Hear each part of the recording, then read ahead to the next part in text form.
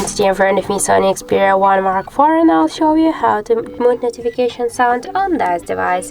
So first let's open the settings application and then tap on the sound section.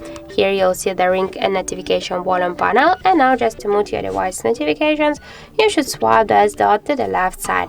But by this way you will mute not only your notifications on your device, also you will mute the ringtones.